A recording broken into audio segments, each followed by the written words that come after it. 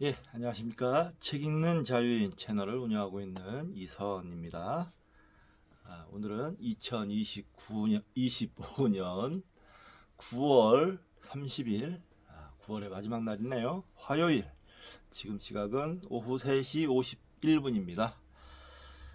저는 오늘 어제 오늘 뭐 이렇게 멀리 안 가고 가까운 데서 이렇게 왔다 갔다 하면서 일과를 좀 일찍 끝냈습니다. 어저께 같은 경우는 이제 낮잠을 자고 필사를 했었죠. 예, 필사를 하고 밥 먹고 운동을 갔다 왔는데 여덟 번째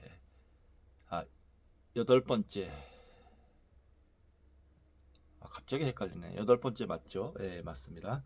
여덟 번째 출격이었는데 운동장 20바퀴 돌고 왔더니 또 밥 먹고 났더니 소화가 한참 안 됐었는데 열심히 돌고 왔더니만 소화가 또 좀 잘 되더라고요. 그래서 잠을 잘 잤고요. 오늘 아침 또 일찍 일어나서 가까운 데 왔다 갔다 하고 집에 일찍 들어왔습니다. 들어와서 씻고 정견이 좀 돌봐주고 자리에 앉았습니다. 잠깐 짬이 날 것 같아서 오늘 야구 오늘 LG 트윈스가 드디어 1위를 결정낼 수 있는 중요한 경기가 있어서 야구 6시 반부터 봐야 되고요. 그 전에 정견이를 좀 산책도 좀 시켜주고 그럴 생각입니다. 그래서 그 전까지 한 1시간 더 좀 넘게 시간이 있어서 책을 읽고 그 다음에 제 정견이 바람도 새이고 그 다음 야구를 보면서 필사를 수단이 봤다 필사를 좀 하고요. 그리고 나서 한 1시간 정도 하고 소주 축하 파티를 오늘 LG 트윈스가 1위를 결정할 것을 믿어 의심치 않기 때문에 축하 파티를 하려고 합니다. 내일 일이 있긴 하지만 일단은 그렇습니다. 자, 오늘 이번 시간 카이세이건의 코스모스 미디어북을 할 텐데요. 그 전에 또 책 한 권 소개시켜 드리도록 하겠습니다. 오늘은 특별히 제본을 뜬 책입니다. 마음의 역사. 인류의 마음은 어떻게 진화되었는가? 스티븐 미슨 지음, 윤소영 옮김, 영림 카디널 출판사에서 나왔습니다. 이 책은 우연히 그 박문호 박사님 강의를 보다가 소개가 된 책인데 그래서 찾아봤더니 평가가 아주 좋더라고요. 그래서 근데 절판이 됐어요. 절판이 됐고 중고책이라도 살라 했더니 중고책도 비싸요. 절판된 책은 좀 비쌉니다. 제일 싼 게 38,000원인가 그러던데. 그래서 학교 도서관에 갔더니 우리 동국대학교 도서관에 갔더니 마침 다행히 있더라고요. 그래서 책을 빌려다가 제본을 떴습니다. 제본 값은 뭐 한 14,000원 정도 들었고 아주 뿌듯합니다. 제본을 통째로 다 떴어요. 뒤에 주도 다 뜨고 목차 차례 한번 읽어보겠습니다. 마음의 역사 머릿말 제1장 고고학자에게 사람의 마음에 대해 묻는 이유 제2장 과거의 드라마 제3장 현대인의 마음 제4장 마음의 진화에 대한 새로운 제안 제5장 유인원과 원숭이 그리고 미싱 링크의 마음 제6장 첫 도구 제작자의 마음 제7장 초기 인류의 다중지능 제8장 네안데르탈인처럼 생각한다는 것 제9장 인류 문화의 빅뱅 미술과 종교의 기원 제10장 그 일은 어떻게 일어났는가 제11장 마음의 진화 에필로그 농경의 기원 이런 식으로 구성이 되어 있습니다. 아주 그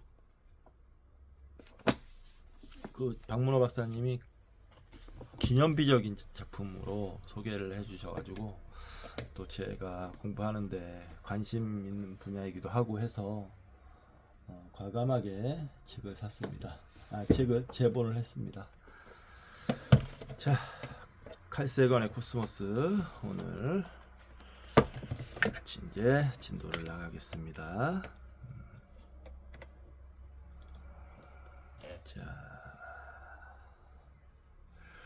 614쪽 12장 은하 대백과 사전을 하고 있습니다. 자, 614쪽 범은하적 척도에서 볼 때 우리 지구 문명이야말로 가장 뒤처진 후진 문명일지 모른다. 우리보다 더 후진 사회에서는 전파천문학이라는 것을 전혀 모르고 있을 것이다. 여기 범은하적을 제가 잘못 읽었네요. 범은하적. 범은하적.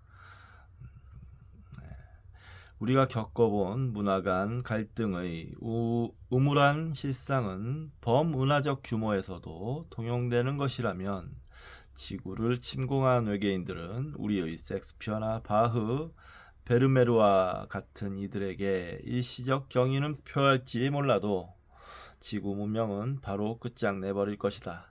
그렇지만 아직 이런 일은 없었다. 그렇다면 외계인들이 원하는 바가 코르테스가 아니라 라페루스와 같이 철저하게 우호적이었단 말인가?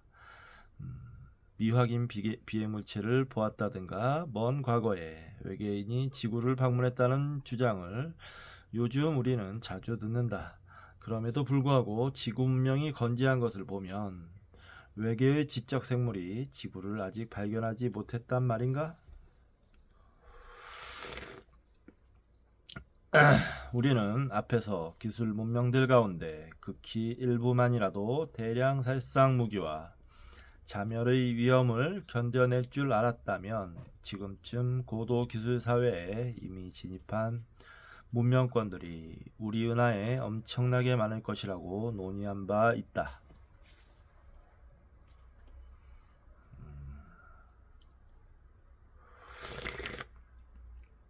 인류는 저속으로 움직이는 성간 비행선을 이미 만들었으며 고속 성간 비행선의 제작이라는 목표를 눈앞에 두고 있다. 한편 외계인의 지구 방문에 관한 믿을 만한 증거가 아직은 없다. 그렇다면 이것은 모순이 아닐까?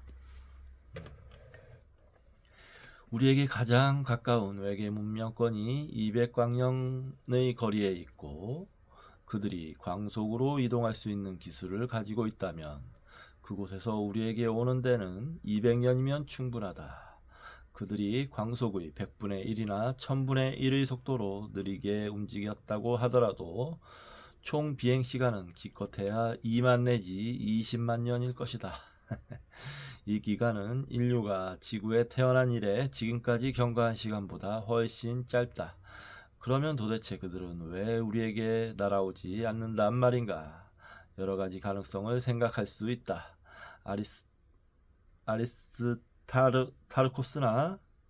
아리스타르코스나 코페르니쿠스의 전통에는 위배되는 생각이지만 우리가 고도 문명 사회의 첫 번째 사례일지 모른다. 아무튼 고도의 문명 사회는 은하에 꼭 태어났어야만 했다. 자기 파멸의 위험에서 벗어날 수 있었던 문명권이 흔하지 않더라도 약간은 있으리라는 우리의 생각이 근본적으로 잘못된 것은 아닐 것이다. 성간 우주 비행에 우리가 알지 못하는 문제가 있을 수도 있다. 광속보다 훨씬 느린 운동이라고 하더라도 우리가 알지 못하는 심각한 장애의 요인이 있을 수 있다. 어쩌면 그들은 이미 지구에 와 있을지도 모른다. 단지 신생 문명의 발전을 방해하지 않는다는 어떤 윤리적 배려나 아니면 모종의 은하법 같은 규정 때문에 자신들의 존재를 우리에게 단단히 숨기고 있을 수도 있지 않을까? 또 이런 상상도 해볼 만하다. 우리가 배양 접시에 배양한 세균을 관찰하듯이 그들도 우리를 냉정하고 면밀하게 관찰하고 있을지 모른다. 지구인들이 금년에도 자기 파멸의 구렁에서 과연 살아남는지 어디 두고 보자 하는 식으로 말이다. 그러나 우리의 기존 지식과 모순되지 않는 또 하나의 설명도 가능하다. 우리로부터 한 200광년쯤 떨어진 곳에 오랜 역사를 가진 고도 문명이 있다고 하자. 그들은 지구를 방문하지 않는 한 지구에 대하여 특별한 관심을 가질 하등의 이유가 없다. 인간의 기술 문명 활동에서 야기된 어떤 신호가 광속으로 전파됐다 하더라도 아직 200광년의 거리를 통과하기에는 시간이 부족하다. 라디오의 출현이 고작해야 수십 년의 전이라는 사실을 상기하기 바란다. 그들은 우주에 있는 항성계 모두를 동등하게 볼 것이다. 그들은 어느 별 하나를 특별히 선호할 이유가 없다. 탐험과 이주의 대상으로 볼 때 근처의 별들이 갖는 매력이라는 게 그들에게 모두 엇비슷한 수준이지 않겠는가? 어떤 별 주위를 돌던 행성에서 고도의 기술 문명이 발전하게 됐다면 우선 자신이 속해 있는 행성계를 속속들이 탐색하는 것이 우선 과제일 것이다. 그 다음에 성간 우주 항해 기술을 개발하여 주위에 있는 별들을 향해 시험 탐색의 손길을 뻗쳐나갈 것이다. 그 중에는 적당한 여건의 행성을 거느리지 못한 별들이 있을 것이다. 그들도 예를 들어 거대한 기체 행성이나 소행성 따위는 마땅히 이주와 탐색의 대상에서 제외할 것이다. 물론 적정 여건의 행성들을 거느린 별이 있을 수 있다. 이러한 행성들에 이미 생물이 대규모로 서식하고 있을 수 있으며 대기가 유독성 기체로 가득하다든가 아니면 기후가 쾌적하지 않을 수도 있다. 대부분의 경우 우주 식민화를 시도하는 문명권이라면 지구와의 수고를 아끼지 말아야 한다. 지구화는 행성을 이주자가 살기에 적합한 여건으로 개조하는 작업을 지구인의 관점에서 붙여본 이름이다.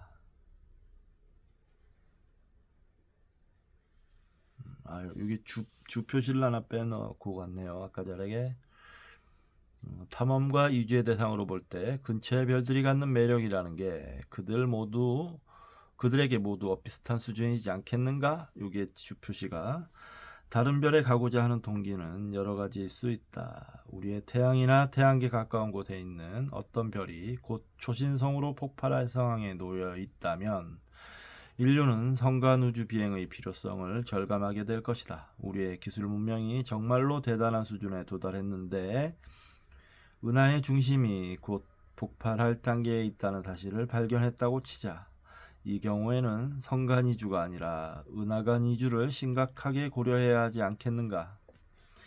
대규모의 폭발적인 격변을 우리의 우주에서 자주 볼 수 있다. 그렇기 때문에 은하간 방랑을 일삼는 문명도 생각할 수 있으나 그들이 우리 지구에까지 올 리는 없을 것이다. 그렇습니다. 자, 행성의 개조는 긴 시간이 필요한 작업이다. 개조가 필요 없는 행성이 발견될 경우에는 식민화와 이주가 쉽게 이루어질 수 있을 것이다.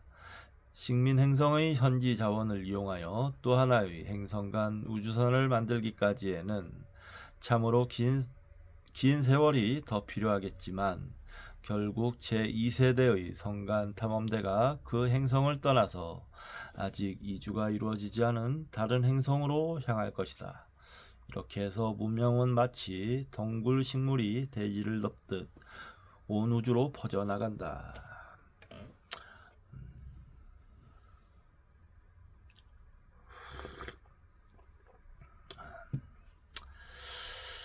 네, 그럴 수 있죠. 근데 저는 요즘에 이제 생각하는 게 좀 일론 머스크가 화성에 이주하겠다고 계획을 세우고 사람들에게 얘기를 많이 했는데, 근데 요즘에 일론 머스크가 트럼프 편을 들다가 갑자기 트럼프랑 또 사이가 안 좋아져서 신당을 창당한다는 둥 하는 짓을 하고 있는데, 그 신당의 지지 기반이 구구 세력이더라고요. 막 총기 휴대의 자유를 막 부르짖고 혐오를 조장하는 그런 사람이 화성에 만약에 이주 식민지를 건설했다 치면, 그래서 그 구구 세력들을 끌고 화성에 간다 치면 거긴 지옥이 될 겁니다 아마.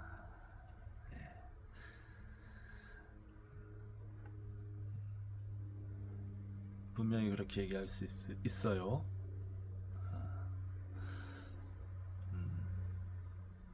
구구라는 자들이 가장 강조하는 가치가 자유인데,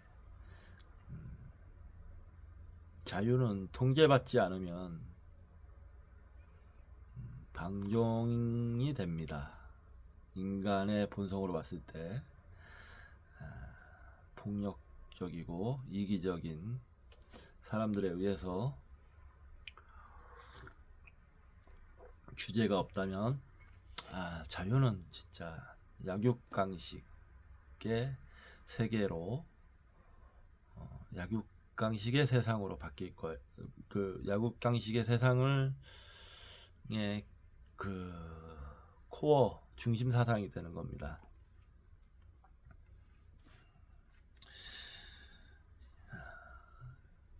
미국에 저렇게 자유를 강조하는 미국, 아름답고 유토피아일 것 같지만 내부 붕괴를 하고 있잖아요. 총기 사건도 많고, 마약, 부익부 빈익빈, 빈부격차, 거기에 차별까지, 인종차별이든 성차별이든 득세를 하고 있지 않습니까? 자유만을 강조할 때 그렇게 됩니다.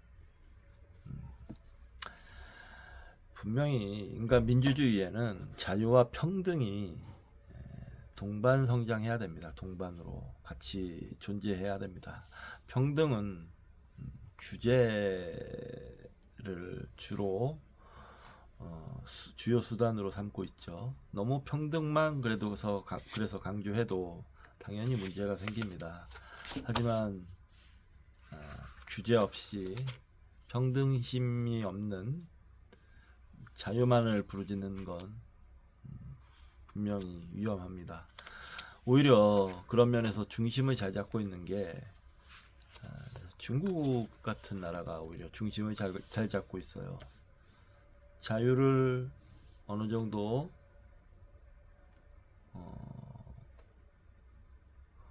뭐라고 해야 될까요? 보장한다고 해야 될까요? 허용한다고 해야 될까요? 아무튼 허용한다고 해야 될 것 같은데, 허용하지만 그 속에 철저한 규제가 있어서 중국 사회는 지금 상당히 안정돼 있습니다. 미국에 비하면. 그래서 앞으로 미국과 중국은 역전될 가능성이 높습니다. 이 상태로만 간다면 그렇습니다. 그러니까 미국이 그걸 아니까 이제 마음이 급해져서 저 구구 세력이 준동하는 겁니다. 물론 지금 중국과 러시아와 북한 등이 권위주의 세력이라는 걸 인정해요. 거기에 반동으로 구구가 준동하고 득세하는 것도 알겠는데, 이럴 때 그 중간 어디쯤에 자리 잡고 있는 민주 세력들은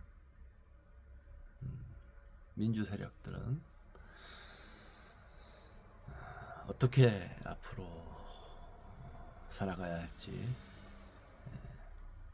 고민을 해볼 시점이 됐습니다. 철저히 고민할 시점이. 복지국가라는 좋은 대안이 있는데 그게 전 세계적으로 보편화되지 못한 게 참으로 안타까워요. 미국의 방해 때문에 그런 경우가 많았는데 안타깝습니다. 복지 국가가 전 세계 곳곳에 여러 군데 다수가 뿌리를 내렸다면 권위주의 세력도 극우도 지금 이렇게까지 판을 치지 못했을 텐데 말이죠. 자, 그런 생각을 좀 해봤습니다. 네.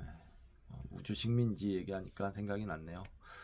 그 다음 617쪽 계속 읽겠습니다. 그로부터 적정 세월이 흐른 다음에 행성 하나에서 시작한 이주가 제3, 제4 세대로 대를 거듭하면서 많은 수의 새로운 세상을 개척해 갈 것이다. 이렇게 우주 식민사 사업을 확장하다 보면 원래 서로 다른 행성들의 기원을 둔 두 문명권이 동일 식민 행성에서 맞닥뜨리는 경우도 생길 것이다. 이미 전파나 그 외의 원격 통신 수단을 이용하여 서로 대화를 한 연후에 직접 만날 수도 있다. 새로 도착한 문명인들은 서로 다른 환경의 식민사회를 건설할 것이다. 필요한 환경 조건에 큰 차이가 있을 터이므로 팽창 중에 있는 두 식민 세력은 상대방을 무시하고 지낼 확률이 높다. 팽창의 패턴은 서로 얽혀 있어도 갈등의 요지가 많지 않을지도 모른다. 또는 은하수 은하의 적정 지역을 두 세력이 공동 개발할지도 모른다. 독자적으로 추진하든 공동의 노력을 경주하든 간에 그들의 우주 식민화 작업은 수백만 년 동안 계속되는 장대한 사업일 수도 있다. 하지만 그렇게 거대한 사업을 펼치는 그들은 은하 한 구석에 자리한 태양계를 모른 채 그냥 지나치고 있을지도 모른다. 그 어떤 문명도 인구를 제한하지 않고는 성간 탐험을 한없이 계속할 수는 없을 것이다. 한 사회가 인구 폭발에 직면하면 그 행성에서 사용할 수 있는 모든 자원, 에너지, 그리고 과학 기술을 전적으로 자신들을 먹여 살리는 데 투자해야 한다. 이것은 특정한 문명만이 아니라 어떤 문명이나 적용되는 아주 강력한 원리이다. 한 행성의 사회제도나 그곳에 번성하는 생물학적 구조에 관계없이 인구가 지수함수적으로 팽창하면 그 행성의 자원은 결국 동인하고 만다. 성간 탐험이나 식민화를 착실하게 수행 중인 문명권이 하나 있다면 그들은 인구의 증가율을 여러 세대에 걸쳐서 0 또는 거의 0에 가깝게 완벽하게 유지해 왔음에 틀림이 없다. 일단 생활 환경이 이상적인 에덴으로 이주가 이루어진 다음에는 인구 증가율에 부여한 초기의 엄격한 제한 조건을 어느 정도 풀 수도 있을 것이다. 어쨌든 인구 증가율이 낮은 문명권이 성간 식민지를 우주 여러 곳에 구축하려면 긴 세월이 필요할 것은 분명하다. 그러므로 성간 이주의 속도와 인구 증가율은 서로 밀접한 관계에 있다. 대학 동료인 윌리엄 뉴먼과 나는 우주 식민지의 확산 속도를 다음과 같이 계산해 본 적이 있다. 인구의 증가율이 너무 낮은 문명권 하나가 우리로부터 200광년 바깥에서 100만 년 전에 성간 이주를 시작했다고 하자. 적당한 여건의 행성계를 발견할 때마다 그들은 그곳을 자신들의 이주지로 식민화하면서 계속 사방팔방으로 퍼져나갔다. 그러다가 이제야 비로소 그들의 우주선이 우리 태양계에 진입하게 됐다고 가정하자. 100만 년은 정말 긴 세월이다. 200광년의 거리의 가장 가까운 이웃의 역사가 아직 100만 년이 안 되었다면 그들은 아직 우리 태양계에 도달할 수 없다. 반지름이 200광년인 구 안에 태양과 같은 별이 20만 개 정도 있으니까 성간 이주의 대상도 이만큼 될 것이다.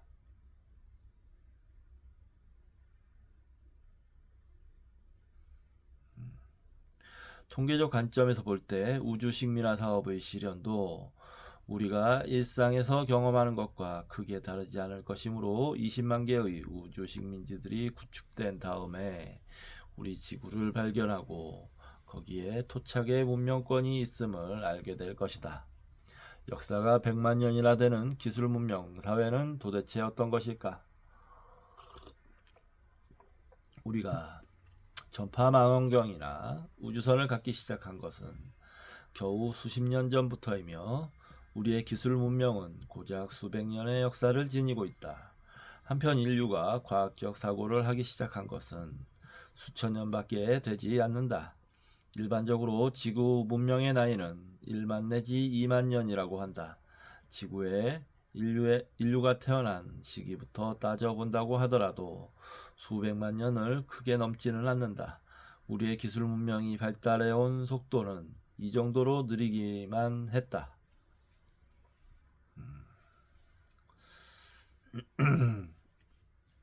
불과 수십 년밖에 안 되는 우리의 경험으로 100만 년의 역사를 헤아려 보는 것은 어불성설일 것이다. 그래도 우리는 우주를 개척하기 시작한 지 100만 년이나 지난 문명사회는 우리의 상상을 초월하는 수준일 것임에 틀림없을 것이라고 짐작할 수는 있다. 우리와 그들의 기술 격차는 현대의와 짧은 꼬리 원숭이의 그것에나 비교할 수 있을 것이다. 우리의 재간으로 그들의 존재나마 알아챌 수 있을지 의문이다. 우리보다 100만 년이나 앞선 기술을 보유한 문명사회라면 우주 식민화 사업이라든가 성간 이주 계획 따위에 관심을 가질 필요가 있을까? 어떤 이유에서인지 모르지만 인간의 수명은 유한하다. 생물학과 의학의 엄청난 발달에 힘입어 그들은 이미 수명이 한정되어 있는 것의 근본 원인을 캐내서 그 한계를 확장할 수 있는 대책을 마련했을 수도 있다. 우주비행에 우리가 이렇게 연연해 하는 것은 유한한 생명의 한계를 뛰어넘을 수 있는 하나의 방편이 우주비행이기 때문은 아닐까? 그들이 영원불멸의 수준에 거의 도달한 존재라면 그들은 성간 탐색을 겨우 아이들 장난쯤으로 간주하고 있을지 모른다. 생각이 여기까지 미치면 외계인이 지구를 아직 방문하지 않은 이유를 알 듯하다. 광막한 공간에 너무 많은 별들이 흩어져 있기 때문에 지구까지 도착하기 전에 성간 탐험을 통해 성취하려던 그들의 목적이 바뀌었을 수도 있다. 그 시간 동안에 이미 그들은 우리가 검출할 수 없는 존재로 변해버렸을 수도 있다.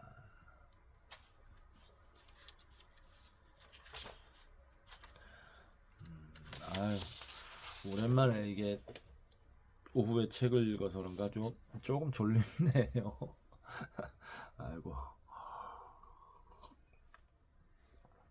아, 커피를 좀 한 잔 마시는 게 좋을 것 같은데요. 네. 커피 한 잔 마시고 계속 읽어 나가도록 하겠습니다. 서서 봐야 되겠는데. 자, 우치.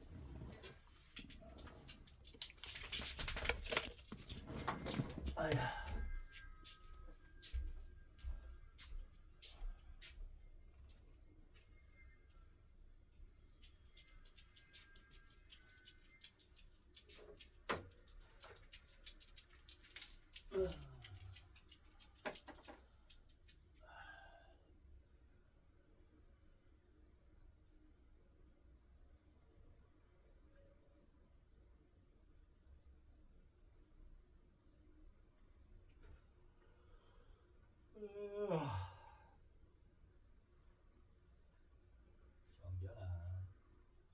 정변아, 너 왜 밥을 안 먹고 밥은 왜 안 먹고 있었냐? 응?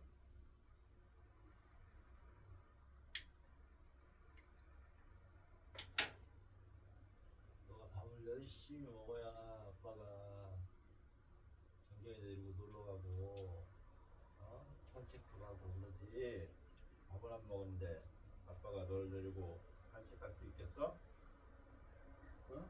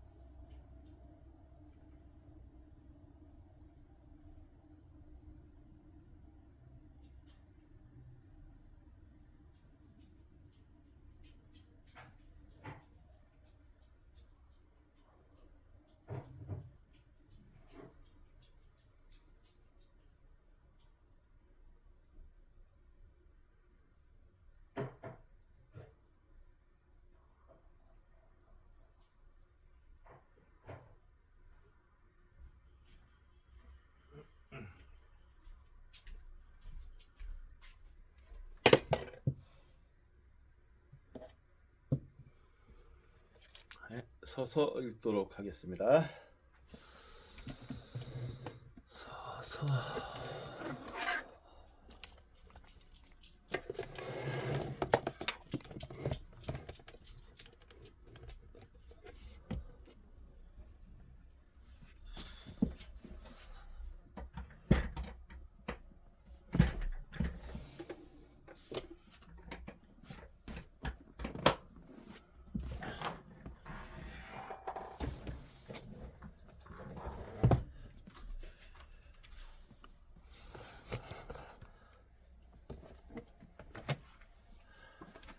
예.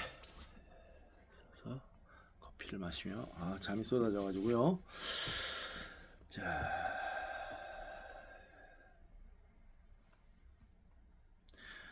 620조 공상과학소설과 UFO 문학에서 즐겨 다루는 소재가 문명과 문명 사이에서 벌어지는 전쟁이다. 외계 문명이 소유한 우주선이나 광선총이 우리 지구의 것과 다르기는 하지만 실제 전투에서는 쌍방이 대등한 수준의 전력을 갖고 막상막하의 대결을 펼친다. 그러나 실제로 은하의 어느 두 문명권이 대등한 수준일 리가 없다. 그 어떤 대결에서든 항상 한 문명이 다른 문명에 비해 절대적인 우위를 차지할 것이다. 100만 년이라는 세월은 엄청 긴 시간이다. 우리보다 앞선 기술을 가진 문명권이 지구로 와서 무엇을 한다면 우리는 속수무책으로 바라보기만 할 것이다. 그들의 기술과 과학의 수준이 우리보다 월등하게 앞설 것임에 틀림없기 때문이다. 지구 문명이 악의에 찬 외계 문명과 만났을 때 어떻게 하면 좋을까 하고 걱정할 필요조차 없다. 그들이 살아남았다는 사실 자체가 동족이나 다른 문명권과 잘 어울려 살 줄 아는 방법을 이미 터득했음을 입증하기 때문이다. 스스로를 다스리고 남과 어울려 살 줄 모른다면 그렇게 오랜 세월을 견뎌낼 수 없었을 것이다. 우리가 외계 문명과의 만남을 두려워하는 이유는 우리 자신의 후진성에서 유래한 것이다. 우리의 공포감은 우리 자신의 죄의식을 반영하는 것이다.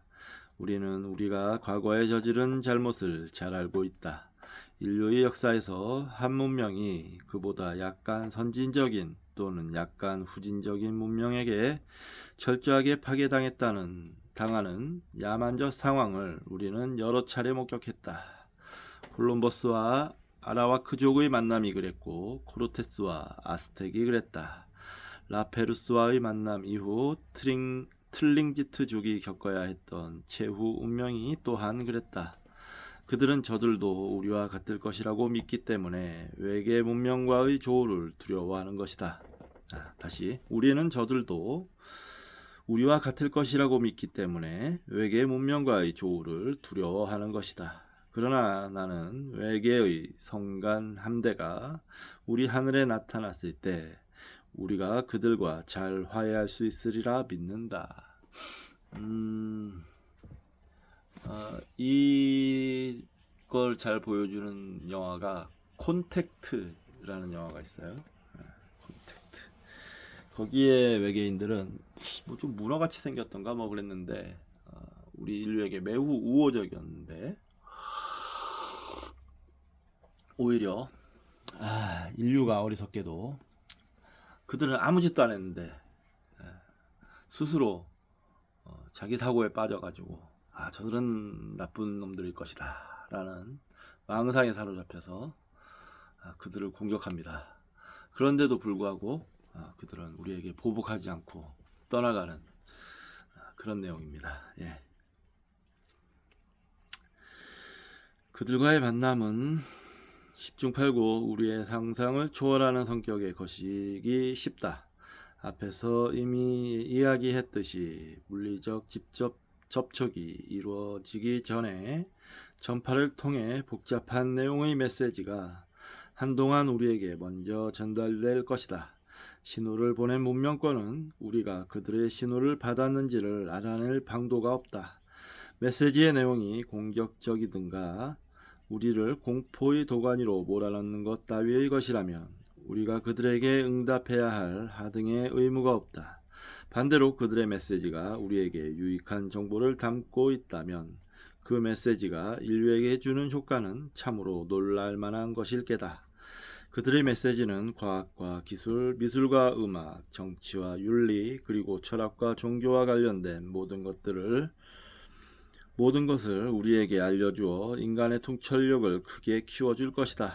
그들의 메시지는 우리를 우리의 고질적 편협성에서 근본적으로 탈피할 수 있는 결정적 정보를 담고 있을 것이다. 그 이외에도 얼마나 많은 새로운 보배가 우리를 기다리고 있을까? 글쎄요.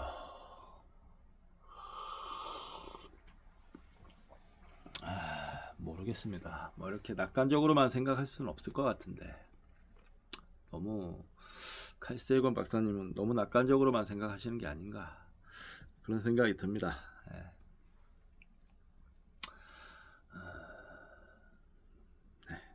막상 와보아야 알 테죠. 우리의 과학과 수학은 여타의 문명과 공유될 수 있는 것이므로 광막한 성간을 가로질러 전달된 메시지라 해도 그것을 해독하는데 아무런 어려움이 없을 것이다.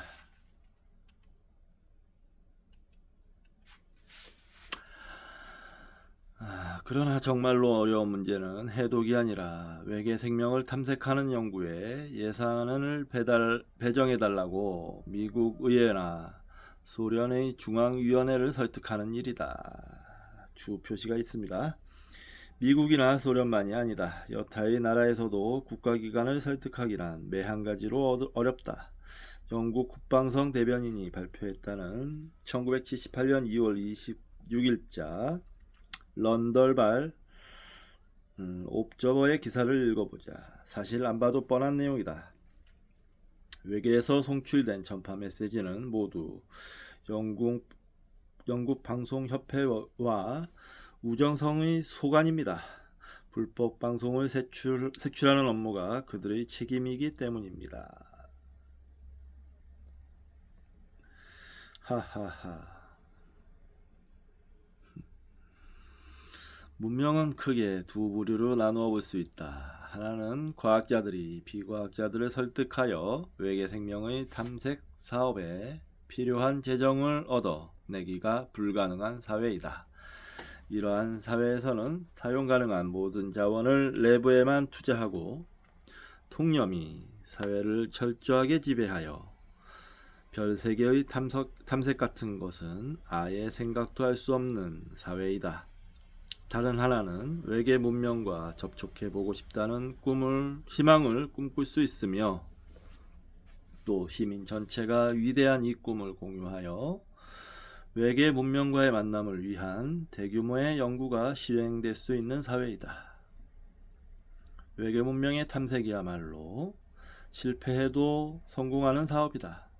인류사에서 절대 미치지 않는 사업은 흔하지 않다. 우리가 외계로부터 오는 신호를 잡기 위해서 수백만 개에 이르는 별들을 모두 조직적으로 철저하게 조사했지만 아무런 신호도 검출할 수 없었다고 치자. 그렇다면 은하에서 문명의 발생이란 것이 참으로 드문 현상이라는 결론을 내릴 수 있을 것이다. 우주에서 우리의 존재에 대하여 적어도 하나의 확고부동한 척도가 마련되는 셈이다. 따라서 지구 생명의 고귀함이 만천하에 드러나게 된다. 그렇다면 사람 한 명 한 명이 개체로서 반드시 존중되어야 할 존재가 된다. 현재를 살고 있는 사람들뿐 아니라 인류의 전 역사를 통해서 그렇다는 말이다. 외계 문명이 발견된다면 인류사와 지구 행성의 의미는 그 근본부터 변혁을 겪게 될 것이다.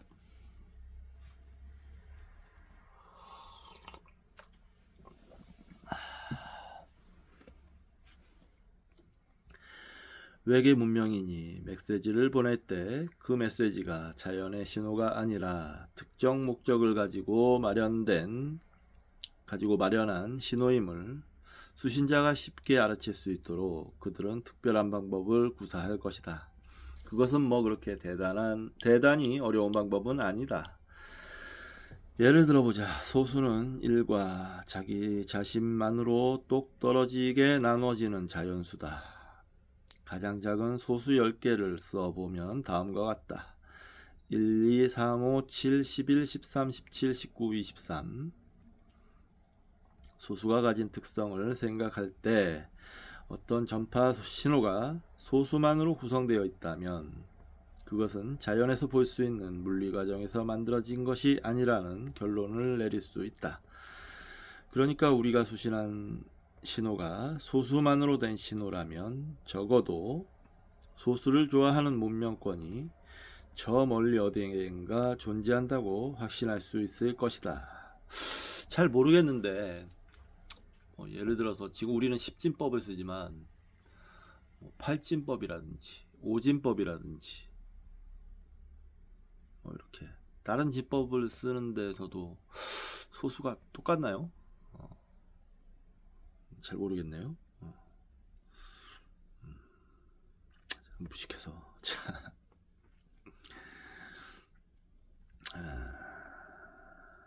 고대에는 파피루스나 석판이 아주 귀해서 한번 썼던 양피지에 글자를 겹쳐 써서 다시 사용하고는 했다. 성간통신도 어쩌면 겹쳐 쓴 양피지 사본 같은 것이기 쉽다. 무슨 이야기인가 하면 이렇다. 한 전파 주파수로 메시지를 보내고 그 주파수에 인접한 주파수 대역에 별도의 메시지를 보낼 것이라는 말이다.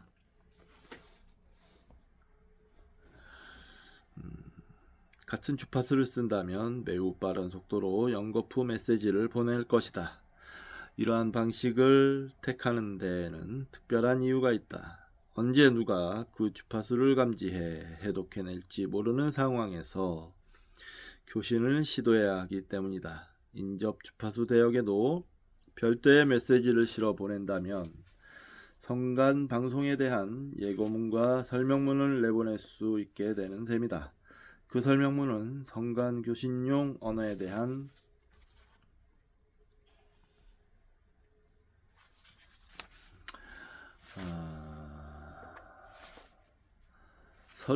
해설서, 언어에 대한 해설서의 역할도 할 수 있을 것이다. 정작 전하려는 메시지는 연속되는 예고문들 중 어디 깊숙한 데 들어있을 것이다. 겹쳐 쓴 양피지 사본이야말로 이 경우에 딱 들어맞는 표현이다. 짧은 전파 신호 속에 엄청난 양의 정보를 함께 실어보낼 수 있는 전파 기술이 있다. 어쩌다 우리가 스위치를 넣고 신호를 잡고 보니 은하대백과사전 3267권이 방송되는 중일 수 있다. 이를테면 그렇다는 이야기다.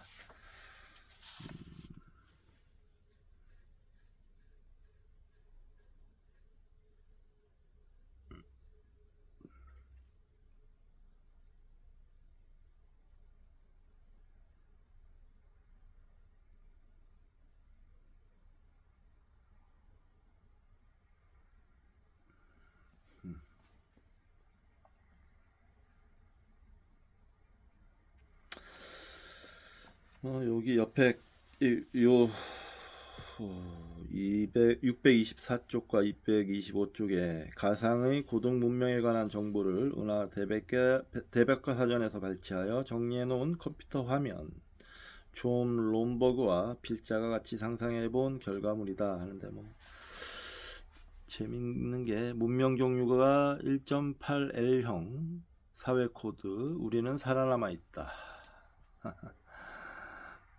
자전주기 행성 외부 식민지 없음 행성 나이 생물 정보 유전체 기술 수준 문화 출산 전 출산 후 생존 지속 확률 100년당 80% 문명의 코드 2.3R형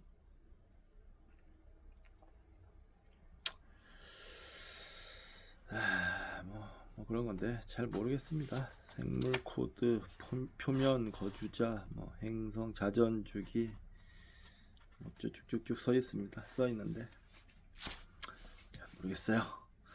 자, 외계 문명의 실체를 알아낼 수 있다. 우리 은하에 외계 문명이 수없이 많으며 그 하나하나마다 지구와는 깜짝 놀랄 정도로 다른 형태의 생물들이 살지도 모른다. 그들이 생각하는 우주는 우리가 생각하는 바와 다를 것이다. 그들의 사회가 기능하는 바와 또 그들의 예술은 우리의 것과 근본적으로 다를 수 있다. 그들은 우리가 상상도 할 수 없었던 일에 큰 흥미를 느낄지도 모른다. 우리의 지식 체계를 그들의 것과 비교해 봄으로써 우리는 그들에게서 많은 것을 얻어 우리 문명을 가늠할 수 없을 정도로 크게 성장시킬 수 있다. 새로 얻은 다양한 정보를 분류하여 컴퓨터 기억 장치에 정리 보관해 놓음으로써 은하 어디에 어떤 문명이 있었던가를 알 수 있을 것이다. 거대한 은하 컴퓨터를 상상해보자. 그 컴퓨터에는 현재까지 있었던 모든 문명에 관한 정보가 모두 저장되어 있을 것이며 그 컴퓨터는 코스모스의 생명에 관한 거대한 도서관의 구실을 할 것이다. 은하 대백과 사전에는 외계 문명에 관한 정보가 가득할 것이다. 은하 대백과 사전을 우리가 처음부터 잘 읽을 수는 없을 것이다. 번역에 오랜 시간을 투자해야 할 것이다. 번역이 다 됐다고 해서 우리의 호기심이 반감되는 것은 아니다. 완전히 번역된 내용을 읽더라도 수수께끼 같은 내용이 가득해서 알고자 하는 욕망의 부추김을 당하면서 미지의 세상에 대한 갈증을 더욱 심하게 느끼게 될 것이 확실하다. 오랫동안 숙고에 숙고를 거듭한 지구 문명은 결국 대답을 하기로 결정한다. 처음에는 아주 기본적인 정보를 보낸다. 이것을 시작으로 여러 세대에 걸친 성간 대화가 이루어진다. 별들 사이의 거리는 광막한데 빛이 달릴 수 있는 속도가 유한하다는 점을 고려한다면 그 성간 대화는 우리의 먼 후손에 이르기까지 장관 시간에 걸쳐서 지속될 것임에 틀림없다. 그런 일이 있고도 또 한참 세월이 지난 후에 멀리 떨어져 있는 한 행성에서 살고 있던 우리와 전혀 다른 어떤 존재가 보낸 은하 대백과 사전의 최신판을 만들기 위한 정보를 달라는 요구를 접하게 될 것이다.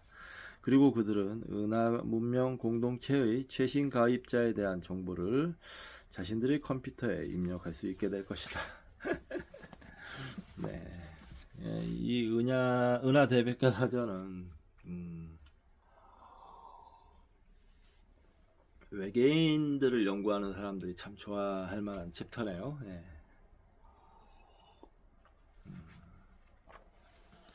솔직히 말하자면 저는 크게 외계인들에 대한 관심이 없습니다. 저 자신도 모르겠는데요. 사람이 뭔지도 모르겠고 사람을 이해하는데도 좀 벅찬 상황이고 외계인까지 생긴다면 진짜 외계인까지 연구를 하려고 한다면 자신이 없습니다. 전혀. 자, 이제 마지막 장 남았습니다. 13장. 옆에 이제 우주선 발사대가 있고 우주선이 딱 이제 발사하기 직전인가 봐요. 지구의 특사 아폴로 14호가 달을 향해 발사되던 날 밤 장대한 모습을 자랑하며 우뚝 서 있다. 전 지구적 재앙을 불러올 수 있는 바로 그 로켓과 핵기술이 우리를 다른 행성과 별에까지 실어 날라준다. 데니스 밀런의 사진이다. 이게 아폴로 14호의 모습이군요. 아폴로 14호가 최초의 달 착륙선이죠. 달에 직접 갔다 왔는지 어쩐지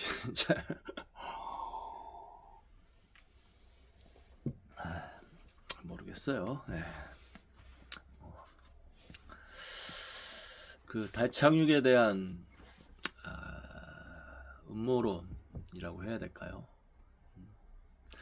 가짜다라고 얘기하는 사람들의 주장을 보면 또 그것도 그럴듯해요. 보면 저는 가장 이상했던 게 달 사진에 이게 달의 지평선이 이렇게 보이는데 달은 지구의 3분의 1이란 말이에요, 크기가. 근데 그 정도를 감안해서 봐도 지평선이 너무 좁은 거예요. 굴곡이 너무 이렇게 눈에 보이게 드러나더라고요. 그래서 저 사실 가짜 아닌가. 또 처음에 달에 갔던 사람이 월면차를 몰고 거기서 골프를 치기도 하고 뭐 이랬다는 것도 믿기가 어렵고 그렇습니다.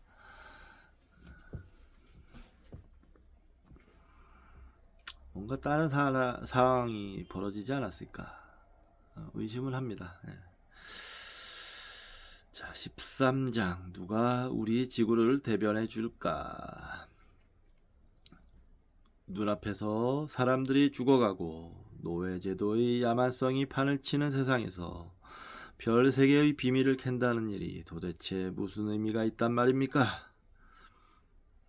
이게 몽테뉴에 따르면 아낙시만드로스가 피타고라스에게 던진 실문이라고 한다. 아낙시만드로스 이거 그리스 시대 아테네 때잖아요. 이때 이렇게 깨어 있었네요. 아낙시만드로스. 존경스럽습니다. 그 다음 지구 도처에서 끔찍한 음모를 꾸미고 끝없는 바다를 정복한다고 법석을 떨면서 우리는 수없이 많은 전쟁을 일으키고 있다. 우리가 그런 짓을 하면 할수록 지구의 모습은 바깥 세상의 천체들에 비해서 더욱더 초라해 보일 뿐이다. 제왕과 왕자들은 반성할지어다. 그대들은 하나의 점에 불과한, 그래서 어쩌면 불쌍해 보이기조차 하는 보잘것없는 한 구석의 주인이 되고자 그렇게도 많은 인명을 희생시켜야만 하는가. 앞에서 칼세이건 박사님이 극찬을 했던 네덜란드 과학자였던 크리스티안 하위헌스 천상계의 발견 1690년경. 이때도 굉장히 깨어 있었던 사람이네요. 자, 우리의 아버지이신 태양께서 말씀하셨다. 내가 온 세상에 광명의 빛을 보냈노라. 그리하여 사람들이 추위에 떨 때 그들을 따뜻하게 할 것이며 그들의 땅이 풍성한 과일을 맺게 하고 그들의 가축이 크게 번성할 것이다. 하루도 거르지 않고 세상을 두루 보살펴 사람에게 필요한 것이 무엇인가를 직접 알아내어 그들에게 그것을 모두 마련해 주리라. 그러하니 너희도 나의 모범을 따를지어다. 가르실리소 데라 베가의 왕실 주석서에 기록된 잉카 신화 1556년.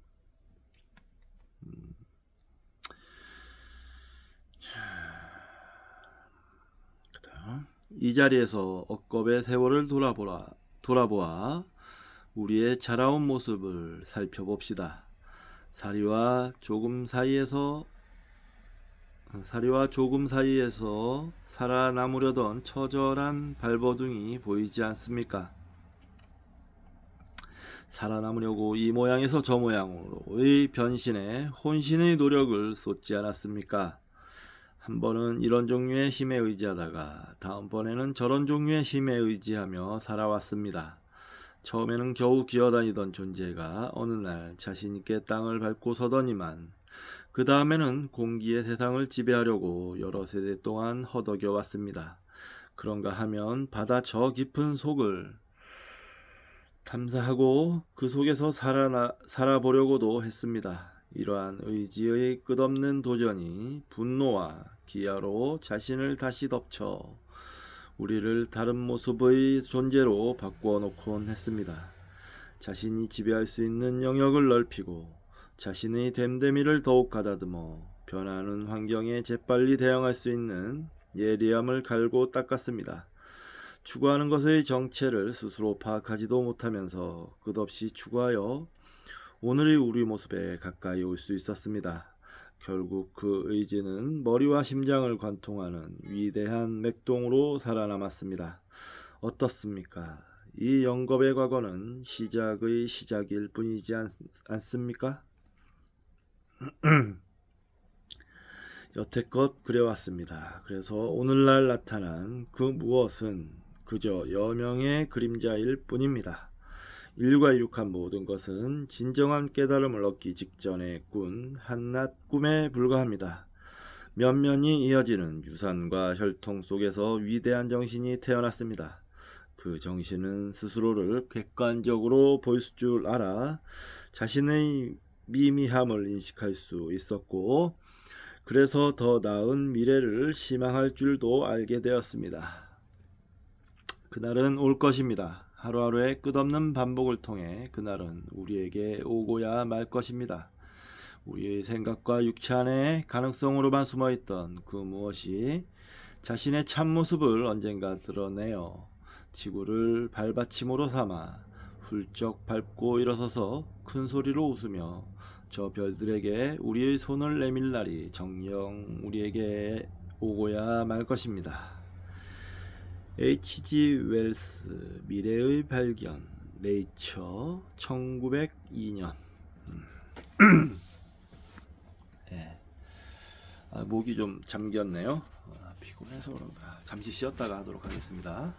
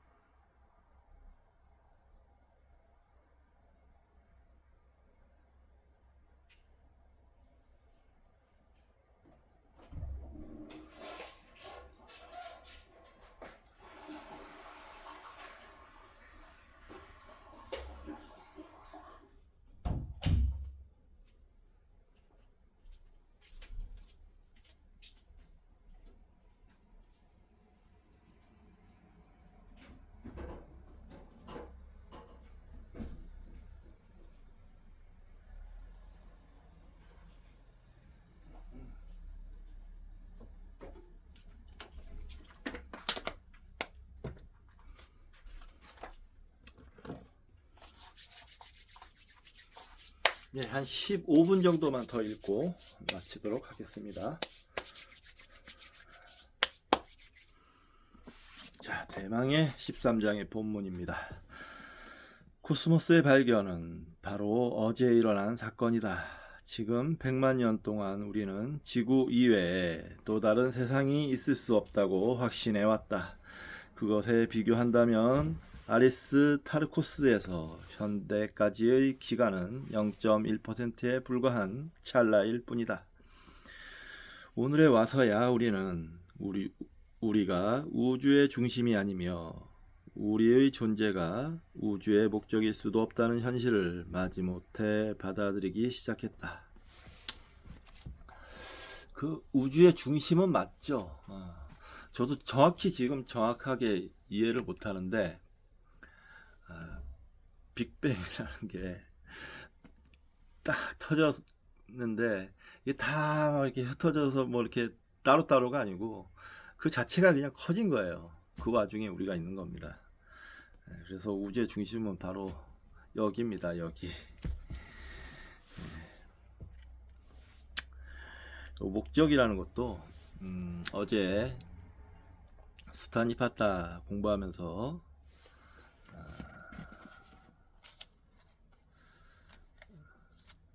부처님 말씀인데 어떤 야차가 묻습니다.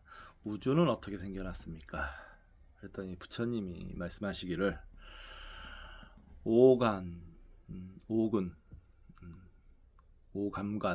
오감간이 생겨나면서 우주가 생겨났다 라고 얘기합니다. 오간, 안이비설신까지죠. 주관적이라는 거예요. 그러니까 이 우주가 있다는 것 자체는. 그렇기 때문에 꿈과 같고 환상과 같은 거라고 얘기하는 거죠. 맞는 말 아닙니까? 이 우주는 안이비설신, 우리 오감이 있음으로 해서 생겨났죠. 정말 대단하신 분입니다. 부처님은 참. 자, 이제야 우리는 스스로를 일조개의 별들을 각각 거느린 일조개의 은하들이 여기저기 점점이 떠있는 저 광막한 우주의 바다에 부질없이 떠다니는 초라한 존재로 보고 있다. 그러나 인류는 겁도 없이 우주라는 바다의 물맛을 보았고 그것이 자신의 기호에 딱 들어맞는다는 사실도 알아차렸다. 인간의 본성이 우주라는 큰 바다와 공명을 이루며 인류의 가슴속 깊은 곳에 자리한 뜨거운 그 무엇이 우주를 자신의 편안한 집으로 받아들였던 것이다. 사람이 별의 재에서 태어난 존재이기 때문일까? 인류의 기원과 진화가 우주에서 진행된 모든 사건들과 밀접하게 묶여있기 때문은 아닐까? 우주 탐험이야말로 인류의 정체성을 찾기 위한 위대한 장정인 것이다. 신화를 만들어낸 고대인들도 잘 알고 있었듯이 사람은 대지의 자녀인 동시에 하늘의 자녀이기도 하다.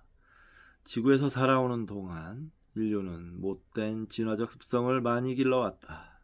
호전성, 그릇된 관습, 지도자에 대한 무조건적 복종, 이방인에 대한 이유 없는 적개심같이 오랫동안 유전되어 온 못된 요소들은 인류의 생존 자체를 크게 위협하고 있다. 그러나 우리는 남을 측은하게 여길 줄 아는 좋은 천성도 갖고 있다. 우리는 자식을 사랑할 뿐만 아니라 자식의 자식도 아낀다. 역사에서 무언가를 배우려고 노력하고 지적인 것을 향한 불같은 열정을 가지고 있다. 이것들은 인류에게 영원한 생존과 번성을 확실히 약속할 도구요. 방편이 될 것이다. 못된 습성과 좋은 천성 중에서 어느 쪽이 우리 마음을 지배할지는 확실하지 않다. 특히 미래를 보는 우리의 눈이 지구에 고착되어 있다거나 이해 득실을 계산하는 마음이 지구의 어느 한 지역에만 묶여 있다면 저 못된 습성이 사랑의 마음과 이성의 예지를 지배하게 될 것이다. 그러나 광막한 코스모스의 바닷속에 감춰진 새로운 세상과 가능성이 우리를 기다리고 있다. 외계 문명의 존재에 대한 확실한 증거를 우리는 아직 갖고 있지 않다. 우리와 같은 문명의 운명은 결국 화해할 줄 모르는 증오심 때문에 자기 파괴의 몰락으로 치닫게 되는 것은 아닌가 걱정된다. 하지만 우주에서 내려다본 지구에는 국경선이 없다. 우주에서 본 지구는 쥐면 부서질 것만 같은 창백한 푸른 점일 뿐이다. 우리 지구는 극단적 형태의 민족 우월주의, 우스꽝스러운 종교적 광신, 맹목적이고 유치한 국가주의 등이 발붙일 곳이 결코 아니다. 저희들의 요새와 보루에서 내려다본 지구는 눈에 띄지도 않을 정도로 작디 작은 푸른 반점일 뿐이다. 이렇게 여행은 시야를 활짝 열어준다. 우주에는 생명이 전혀 서식한 적이 없는 세상이 있다. 우주적 지향의 표적이 되어 새까맣게 타버린 불모의 세상들이 우주 여기저기에 널려 있다. 우리는 행운하다. 이렇게 멀쩡하게 살아있고 자신의 운명을 바꿀 수 있는 능력을 소유하고 있다니 얼마나 다행인가. 문명의 미래와 하나의 종으로서 인류의 생존 문제가 우리 두 손에 달려있다. 우리가 지구의 입장을 대변해주지 않는다면 과연 누가 그렇게 해주겠는가. 인류의 생존 문제를 우리 자신이 걱정하지 않는다면 우리 대신 누가 이 문제를 해결해 줄 수 있단 말인가.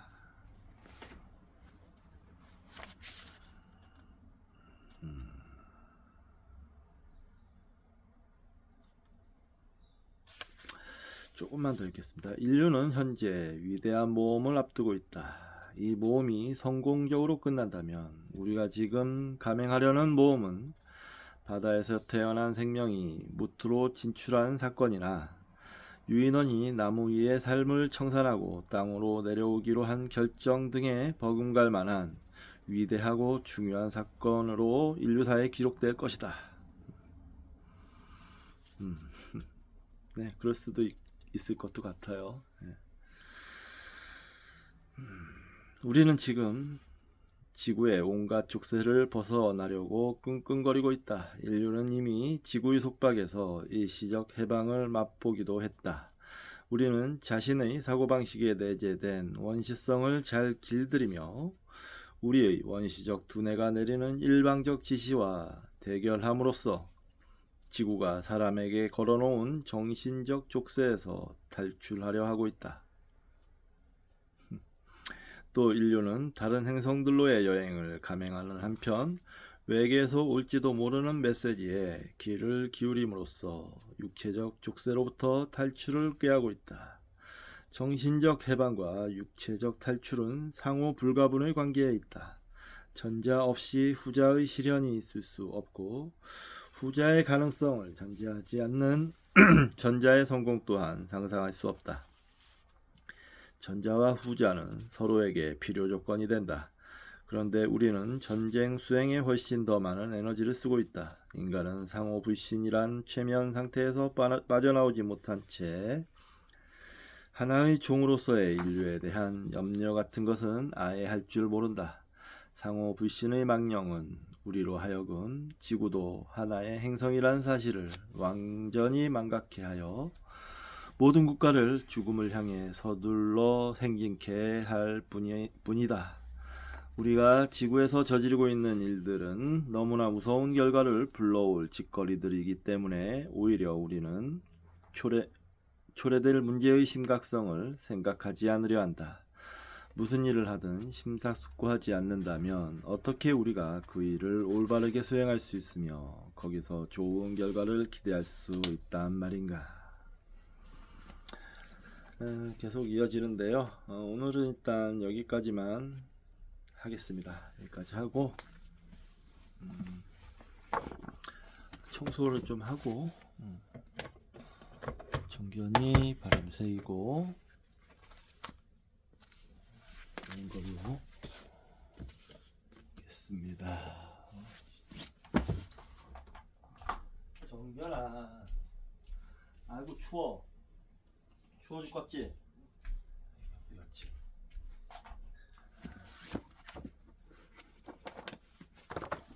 어디 갔지?